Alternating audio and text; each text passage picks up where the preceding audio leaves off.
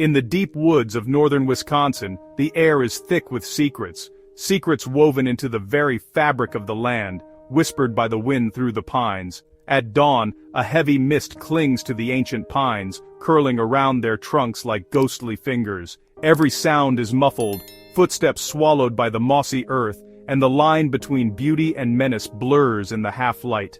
The forest here is a labyrinth of shadows and secrets. Paths vanish beneath tangled undergrowth, and the darkness between the trees seems to pulse with hidden life. It's a place where evidence can disappear as quickly as a breath, and where someone, or something, can slip away without a trace. The towering trees stand as silent sentinels, their branches interlocking high above, forming a cathedral of green and shadow. They are indifferent to human concerns, watching centuries pass in silence. In this wilderness, the rules of civilization fade. The forest is a realm where the unexpected can happen in an instant, a sudden snap of a twig, a fleeting shadow, a chill that runs down your spine. Sometimes the secrets the forest keeps are not accidents of nature, but carefully constructed deceptions, hidden by those who know how to use the wild as their accomplice. Our story begins in such a place, a crime meticulously designed to vanish into the wilderness, where the trees and shadows conspire to erase every trace. But the forest, for all its silence and indifference, sometimes holds on to the truth with a stubborn grip. It preserves the smallest details, a broken branch, a footprint in the mud, a scrap of fabric, waiting for someone patient enough to listen, to look closer.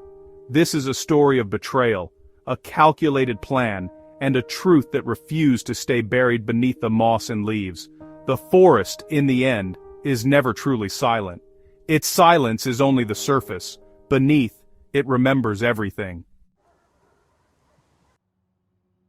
Hunting accidents, tragic, believable, and all too common. In small towns, the news spreads like wildfire. Shock ripples through the community, leaving families shattered and neighbors exchanging worried glances. Each year, as hunters enter the woods, these stories fill the news. A mistaken identity, a single gunshot, a body in the brush. Friends gather at vigils, clutching each other in disbelief, while rumors swirl just beneath the surface. The dangers of hunting provide a ready-made explanation when something goes wrong. That's what makes a hunting accident the perfect cover for murder. Whispers of doubt flicker in hushed conversations, but most are too afraid, or too loyal to speak up. The environment, dense woods, poor visibility, powerful weapons, creates a plausible tragedy. Evidence in a real accident can look almost identical to a staged one. Sometimes a glance lingers too long, or a question is left unanswered. Investigators, primed for tragedy, may overlook the signs of a crime. Nature itself seems to provide the alibi. The community mourns, but beneath the grief, suspicion quietly festers.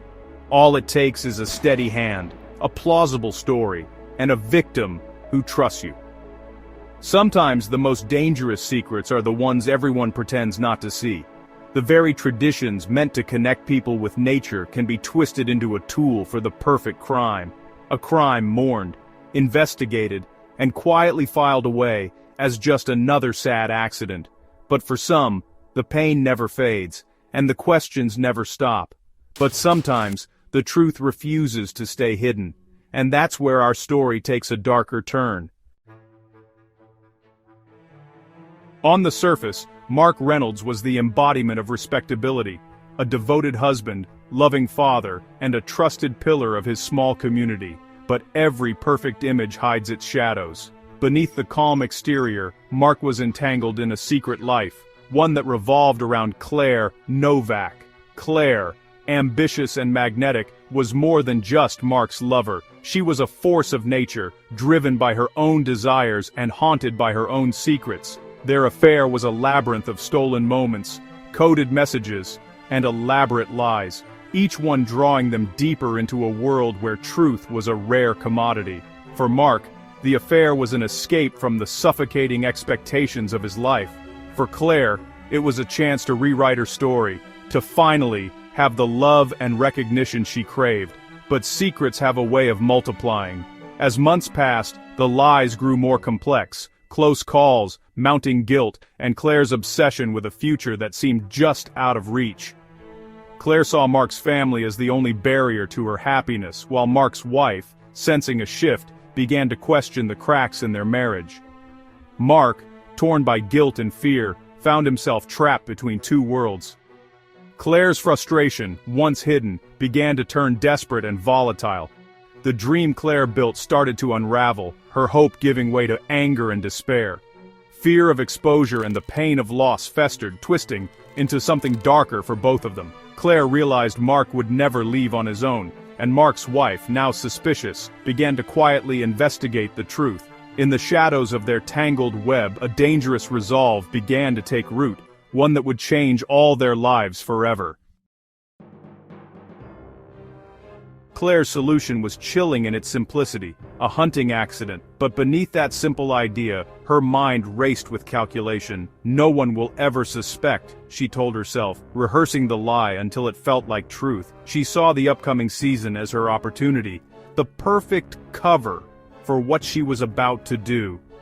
Step by step, Claire set her deception in motion. She immersed herself in hunting, feigning curiosity, convincing Mark to teach her to shoot. He'll never see it coming, she thought, masking her nerves with eager smiles. To him, it was a sign of commitment. To her, it was essential training. Every lesson was a rehearsal, every laugh a practiced line. Claire pored over hunting accident reports, memorized the terrain, and mapped out every detail. "If I get this right, no one will question it," she whispered late at night, tracing routes by flashlight. She planned not just a murder, but a flawless performance. Her alibi, her story, her tears, all rehearsed in the quiet dark. She convinced Mark to take her on his annual trip, framing it as a romantic escape. This is it, she thought, heart pounding, the final act. He agreed, unaware he was sealing his fate. Claire watched and bombed him, her mind already playing out the aftermath. She had the knowledge, the means, and the opportunity. Stay calm, she reminded herself. Just follow the plan. Claire transformed herself from lover to predator. The stage was set, and there was no turning back. Mark Reynolds would never return from the woods, and Claire's secret would be buried deep among the trees. The morning of the hunt arrived, the world cloaked in a heavy damp fog that muffled every sound and blurred the edges of the trees. Mark and Claire moved quietly through the dew-soaked undergrowth, their boots sinking into the soft earth, breath visible in the chill air as they vanished into the gray. Claire's heart pounded beneath her jacket, but her face betrayed nothing. She wore the mask of an eager companion, her true intentions buried deep beneath a calm exterior. They reached a clearing, the air thick with anticipation and the scent of wet leaves. This was the place she had chosen, every detail memorized. Mark's voice was hushed as he suggested they split up, his words hanging in the mist. Claire nodded, her hands trembling slightly as she gripped her rifle. Alone now, Claire steadied her weapon, the cold metal biting into her palms. Her breath came in shallow bursts, every sense heightened by adrenaline and dread.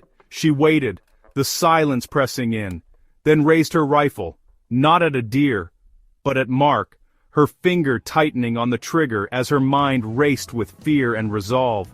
The gunshot exploded through the woods, echoing off the trees and scattering a flock of startled birds into the sky. Mark crumpled to the ground, his body hitting the earth with a dull thud. The forest seemed to recoil, every creature pausing in stunned silence. For a heartbeat, the world held its breath. The only sound was the distant drip of water from the trees. Then Claire's scream tore through the stillness, a raw, desperate cry that echoed with both horror and calculation, drawing the attention of anyone nearby. As footsteps approached in the distance, Claire's mind raced. She moved quickly, hiding evidence, her actions precise and practiced, adrenaline masking her fear. The woods, ancient and watchful, bore silent witness to every moment, holding the secrets of what had truly happened that day. Claire's frantic 911 call painted a picture of tragedy. She sobbed, claiming she mistook Mark for a deer in the fog. First responders found her covered in mud, shivering, and seemingly shattered. The scene matched her story: a single gunshot, poor visibility, a distraught companion. Investigators saw a textbook hunting accident, but they began to document every detail. Claire's performance was flawless, her grief convincing, her story consistent. The deputies focused on comforting her, not suspecting a crime. Evidence was collected: shell casings, footprints, blood patterns, but the assumption was tragedy, not murder. For a while it seemed her plan had worked. The initial reports supported her account. Mark's death was on its way to being ruled accidental, until the autopsy raised questions. Experts noticed inconsistencies: the angle of the shot, the distance, the lack of gunpowder residue on Claire's hands.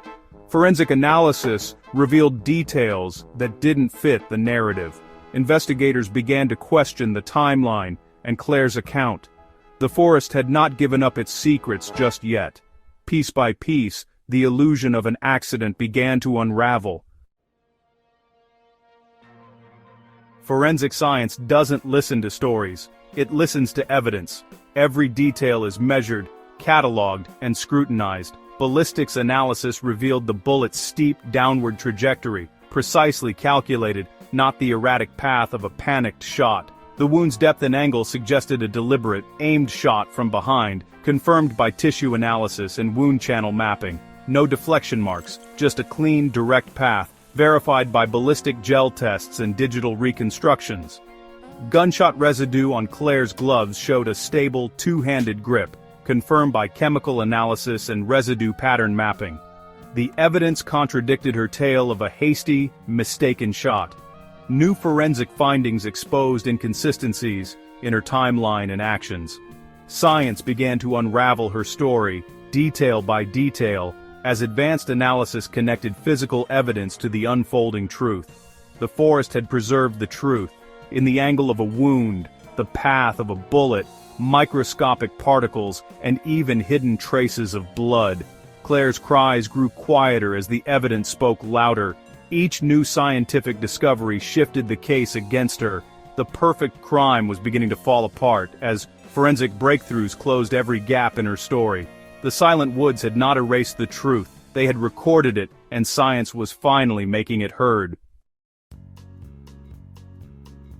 The confrontation was intense. Investigators pressed Claire, laying out the forensic evidence piece by piece, their voices sharp and unyielding. Her story began to crumble under the relentless questioning. She stammered, unable to explain the bullet's impossible trajectory or the damning residue on her gloves.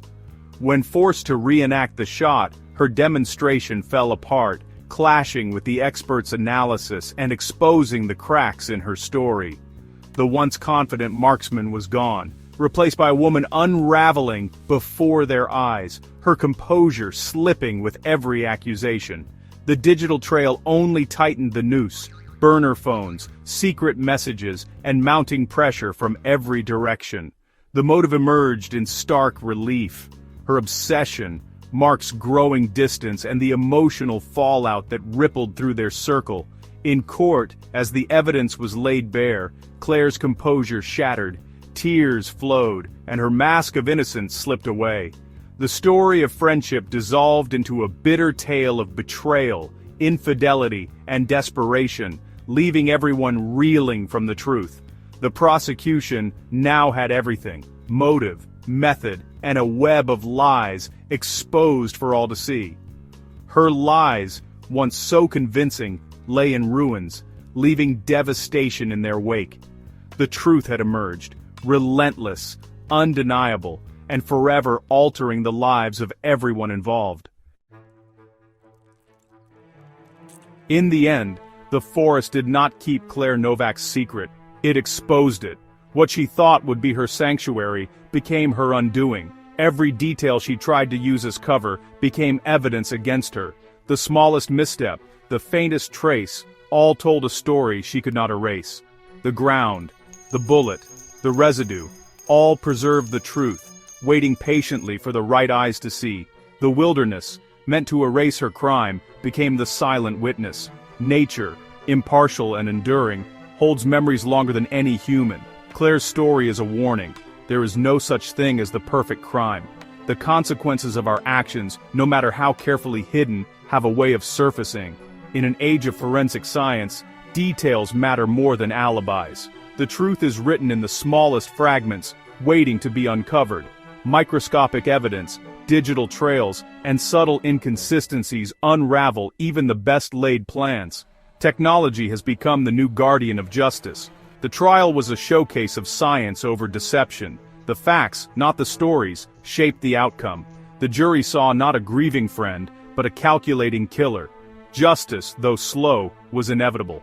The verdict: guilty. Life in prison. For Claire, the consequences were inescapable. Her plan, so clever in her mind, was undone by details she couldn't control. In the end, it was not just the law, but the truth itself that caught up with her. Even in the most remote places, secrets rarely stay buried. The world is always watching, always listening. The truth always finds its way to the light, sometimes through science, sometimes through the silent testimony of the forest. But perhaps the greatest lesson is not about crime or punishment, but about the power of honesty and the weight of conscience. For every secret we bury, there is a chance for redemption, if we choose to face the truth. In the end, the forest stands as a reminder. Our actions echo beyond ourselves, and the path to healing begins with truth.